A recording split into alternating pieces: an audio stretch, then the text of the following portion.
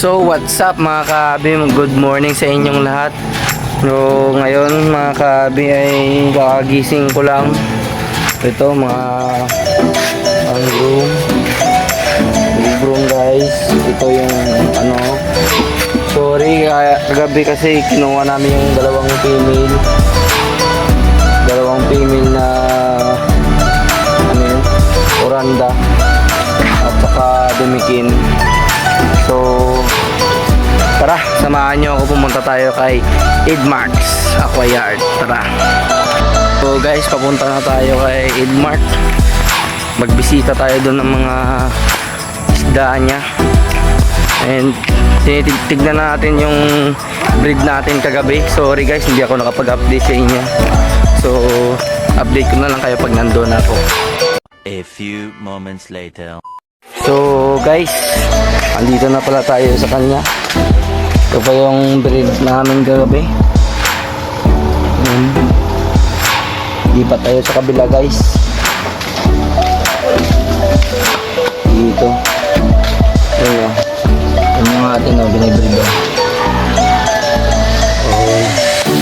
Ito pala yung pride niya. BTO yan guys. Oranda. Ito pala yung ginugroom niya guys. So 9 days grooming na yan guys. Dito yung mga tayo na guys. Dito mga koi. Dito pa yung mga fry guys. Baka gusto nyo kumuha ng molly. Hindi po yan guys. Ito yung mga breeder guys. So yung ito pa guys. Yan. Parrot. Baka gusto nyo parrot. Ito po yung last video natin, yung fry ng mga gapi. Ito yung 24K molly guys. Tiger ata to, tiger. Pangang gapi guys. Dito tayo guys sa mga flower horn. Big boys, flower horn. Powered by Mikasa yan guys. Yun. Uy. Grabe.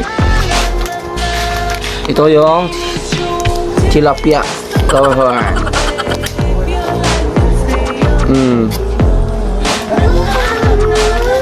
Ito yung bagong ano, Edmark PCC ba to? Yan. Grabe yun. Grabe guys. Ayan na. 1 month pa lang to guys. 1 month. So yun lang lahat yung video. Mag-subscribe kayo, mag-follow guys, mag-share kayo. Thank you sa mga sumusuporta dyan. Okay, bye bye.